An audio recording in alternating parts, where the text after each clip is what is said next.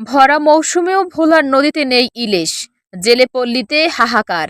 আষাঢ় শ্রাবণ শেষ হয়ে এলেও ভোলার মেঘনা ও তেঁতুলিয়া নদীতে দেখা নেই কাঙ্ক্ষিত রূপালী ইলিশের।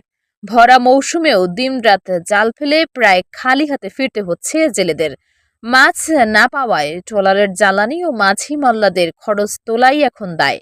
ফলে রূপালী ইলিশের রাজধানী হিসেবে পরিচিত ভোলার ঐতিহ্যবাহী মৎস্যঘাটগুলোতে বিরাজ করছে চরম হতাশা ও নীরবতা। মাছ না থাকায় স্থবির হয়ে পড়েছে জেলার ঐতিহ্যবাহী মৎস্যঘাটগুলো। ঘাটে ইলিশের সরবরাহ না থাকায় জমছে না আড়ত, কমেছে কেনাবেচা ও কমিশন।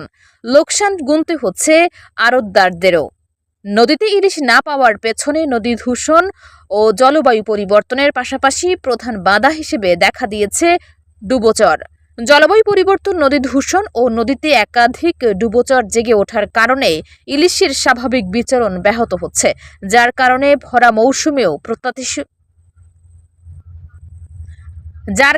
ভরা মৌসুমেও প্রত্যাশিত ইলিশ পাওয়া যাচ্ছে না বলে জানিয়েছে জেলা মৎস্য কর্মকর্তা দেলোয়ার হোসাইন।